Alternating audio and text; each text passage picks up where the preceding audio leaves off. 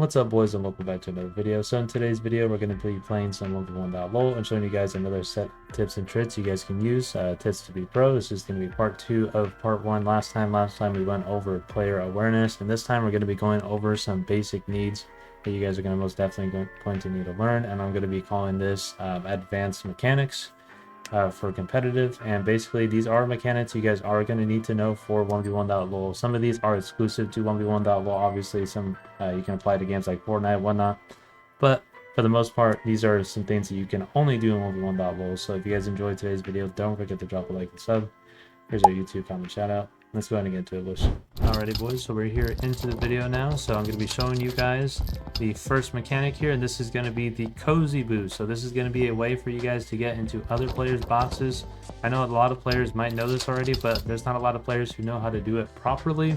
A lot of players, they get stuck in the cones. A lot of players, they don't really pay attention to where they're exactly doing it or where they're boosting to. So I'm going to be showing you guys some basics of the cozy boost and showing you guys the cozy boost, because you guys are going to need this for competitive. You guys want to get into boxes, you want to make like a team play, or you want to make a solo play into a box where the player's already fighting, or maybe sneak into the back of someone's tarp, catch them off guard. This is really good for all those things. So all you got to do is just have a box like this, and if there's someone above you or you're trying to get into above, make sure that there is a floor before you do it. If you do it with no floor, it will not work. So I'll show you guys how it is with the floor. So you're going to boost on through, and then you're going to pop up into their box. Now I'm going to show you guys what happens if you don't have a floor there. So let's say they just have a cone, and it's just not going to work, man. So technically it's like a good anti for them to just put cones instead of floors, but also you could just end up picking their stuff anyways. And plus you can also just build a floor, so just make sure you don't get stuck right there and try to do it and then get lost and somebody else sneak in the back of your tarp and get you while you're distracted trying to do a boost. Make sure it's that floor, just build it real quick, get up and in, and you're into their box nice and easy.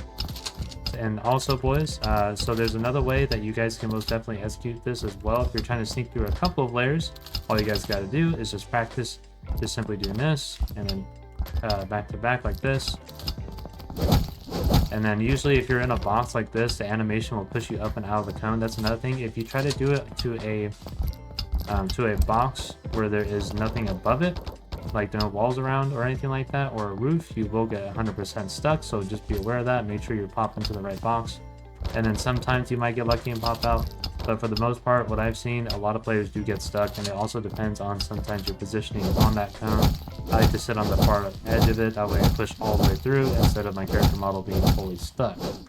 So yeah, that's basically the cozy boost, boys. And now I'm going to be showing you guys the poke boost. So poke boost is can be used for a few things. Obviously in competitive, not every single situation. You guys can use this in like PGs or anything like that as well. Or I was about to say boss fights for a second. Back in 1v1 arena or just zone and stuff like that. In certain situations in zone, I guess you could say.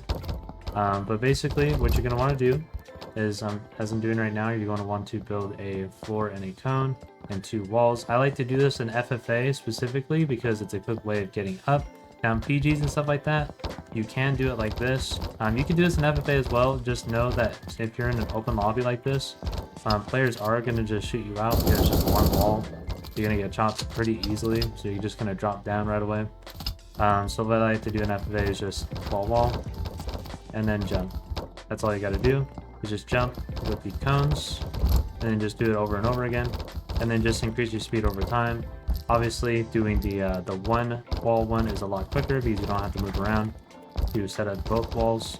Obviously you could probably try to learn a way to do this without even moving at all, which then get better yourself, honestly, by a lot, because if you can build up that quickly while putting up multiple walls and not being chopped, that would be pretty good for you to do. Now, like I said, these are supposed to be used in situations where you're trying to gain height quickly. Let's say you damage a player in height, and you see, okay, I damaged them, I'm trying to get up close, and so you're going to want to just boost on up here, if I could boost, in other words.